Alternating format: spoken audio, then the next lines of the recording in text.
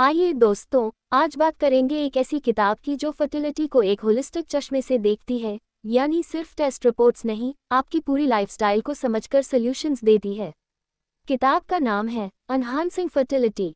लेखक हैं doctor Chris D mellitus और लिज ब्राउन, नेचुरोपैथिक डॉक्टर और विमेंस हेल्थ एक्सपर्ट की जोड़ी जो आपकी उम्मीदों को साइंस और सेंसिटिविटी के साथ संभालते हैं। नमस्ते दोस्तों, मैं हूं आपकी समरी वाली और आज आपके लिए लेकर आई हूं एक ऐसी किताब जो हर उस इंसान के काम की है जो नेचुरल तरीकों से प्रेगनेंसी की ओर बढ़ना चाहता है। लेखकों ने मॉडर्न रिसर्च और एंशिएंट विजडम को मिक्स करके ये फर्टिलिटी का चटपटा रेसिपी तैयार किया है। जैसे आलिया भट्ट अपनी फिल्मों में मासूम भी लगती है और दमदार भी, वैसे ही ये किताब जेंटल भी है और डीपली इन्फॉर्मेटिव भी। लेखक की पहली सोच, फर्टिलिटी कोई आइसोलेटेड सिस्टम नहीं, ये पूरी हेल्थ से जुड़ी है।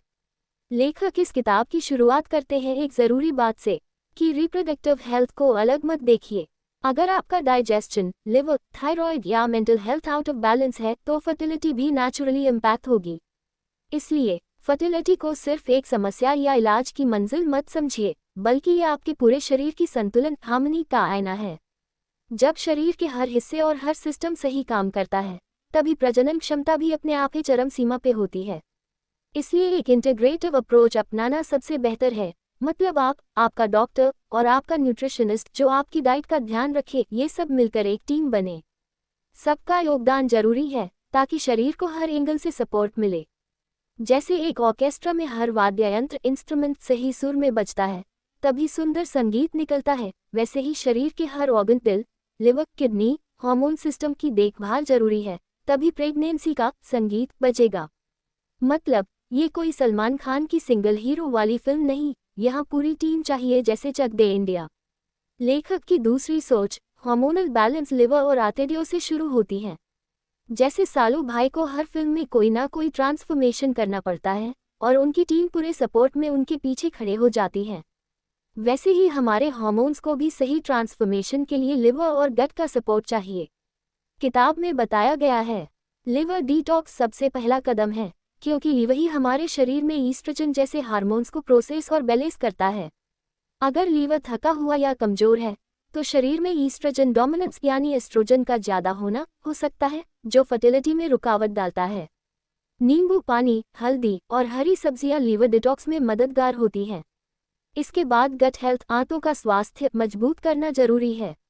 इसके लिए रोजाना प्रोबायोटिक्स जैसे दही या किफिर और फाइबर रिच खाना जैसे फल, सब्जियां, बीन्स लेना चाहिए। हेल्दी आंतें ही हार्मोन्स को सही ढंग से बैलेंस करती हैं।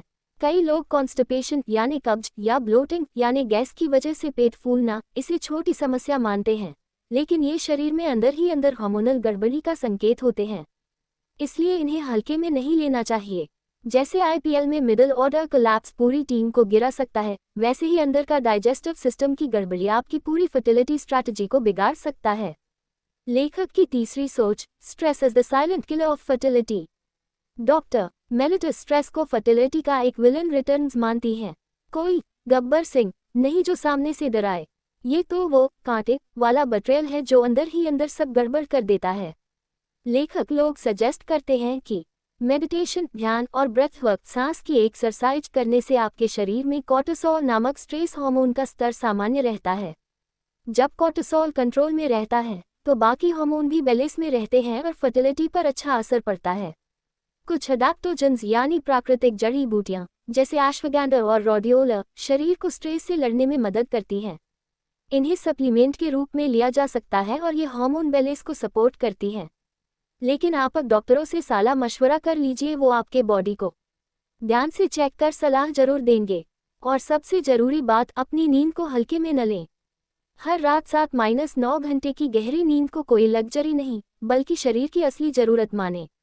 नींद पूरी न होने से हार्मोनल गड़बड़ी हो सकती है और फर्टिलिटी पर बुरा असर पड़ सकता है। मतलब दिमाग अगर शांति में होगा तभी बॉडी प्रेगनेंसी की पार्टी प्लान करेगी, समझे ना।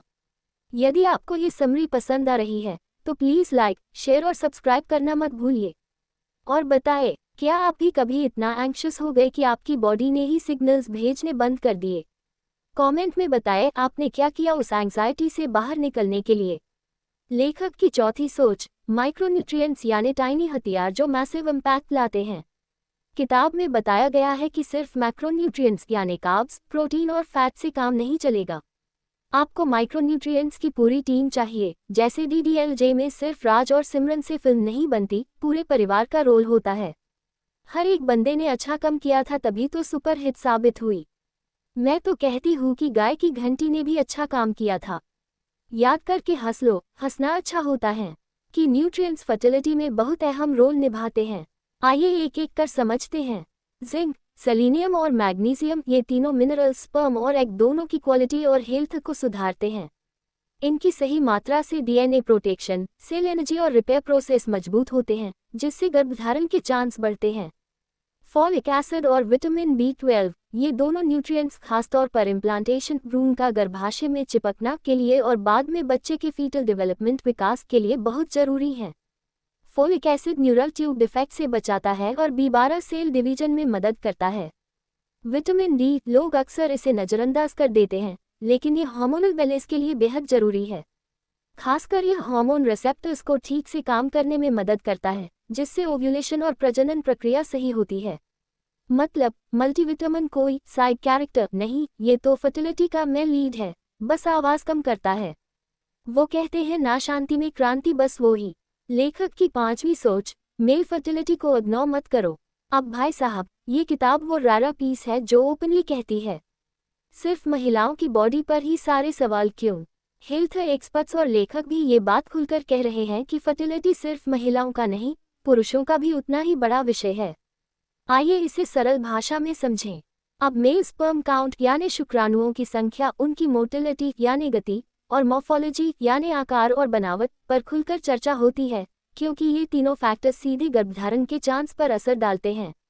पुरुषों में टेस्टोस्टेरोन यानी मुख्य पुरुष हार्मोन का स्तर, शरीर में ऑक्सीडेटिव स्ट्रेस यानी फ्री रेडिकल्स का असर, और रोजमर्रा की आदतें जैसे ज़्यादा बैठना, स्मोकिंग, शराब और जंक फूड, ये सब फर्टिलिटी को या तो बिगाड़ सकते हैं या सुधार सकते हैं। इसलिए अब ये माना जाता है कि पुरुषों को भी एंटीऑक्सीडेंट्स जैसे vitamin C, A, zinc, detox plans यानी लीवर और शरीर की सफाई, और एक बेहतर लाइफस्टाइल यानी सही खाना, सही नींद, सही एक्सरसाइज अपनाना जरूरी है ताकि उनकी फर्टिलिटी भी मजबूत हो। मतलब ये मैं हूं ना, नहीं हम तुम वाली अप्रोच है, दोनों को बराबर इम्पोर्टेंस। लेखक की 6ठी सोच, टॉक्सिन्स को बाय बाय बोलो। यहाँ लेखक ने विस्तार से बताया है कि हमारे आसपास मौजूद कुछ आम चीजें जैसे प्लास्टिक्स, पेस्टिसाइड और पैराबेन्स हमारे शरीर के हार्मोन्स को भ्रमित कर सकती हैं। इसका मतलब है कि ये चीजें शरीर के प्राकृतिक हार्मोनल संतुलन को बिगाड़ सकती हैं, जिससे सेहत पर बुरा असर पड़ सकता है। लेखक ने यह भी समझाया है कि जो पर्सनल केयर आइटम्स जैसे साबुन, शैम्पू, लोशन आदि और घर की सफाई में इस्तेमाल होने वाले प्रोडक्ट्स होते हैं, वे हमारी फर्टिलिटी यानी उर्वरता को नुकसान पहुंचा सकते हैं। यानी ये उत्पाद प्रजनन क्षमता को भी प्रभावित कर सकते हैं। इसीलिए लेखक का सुझाव है कि हमें नेचुरल यानी प्राकृतिक, ऑर्गेनिक यानी जैविक, और केमिकल फ्री यानी रसायन मुक्त उत्पादों को अपनाना चाहिए। इससे न केवल हमारी सेहत बेहतर रहेगी, बल्कि हम हानिकारक टॉक्सिन से भी बच पाएंगे। क्या आप जानना चाहेंगे कि किन घरेलू चीज़ों को आप टॉक्सिन फ्री विकल्पों से बदल सकते हैं? जैसे KGF में रॉकी भाई टॉक्सिक लोगों को हटाता है, वैसे ही आपको टॉक्सिक चीज़ों को घर से बाहर करना है। सॉरी, पहले दिल से बाहर करना है। तो दोस्तों, एनहांसिंग फर्टिलिटी एक ऐसी किताब है जो सिर्फ प्रेगनेंसी अचीव करने की बात नहीं करती, ये आपके पूरे एग्जिस्टेंस को हेल्थियर और हैप्पियर बनाने की सोच देती है। क्रिस डी मेलिटस और लिज ब्राउन की ये किताब पूरी तरह से रूटेड है रियल साइंस में, और साथ ही आपको फील गुड और होपफुल बनाए रखती है। किताब का लिंक डिस्क्रिप्शन में है, अभी क्लिक करिए और इसे पूरा ज़रूर पढ़िए, क्योंकि शायद यही वो मिसिंग पीस है जिसकी आपको ज़रूरत थी। मैं हूँ आपकी समरी वाली, और मिलती रहूंगी ऐसी ही लाइफ चेंजिंग किताबों के साथ, जहाँ देसी तड़का, बॉलीवुड स्पाइस और काम की बात तीनों एक साथ हों। कमेंट में बताएं अगली समरी किस टॉपिक पर हो, फर्टिलिटी का और कौन सा पहलू है जो आप जानना चाहते हैं।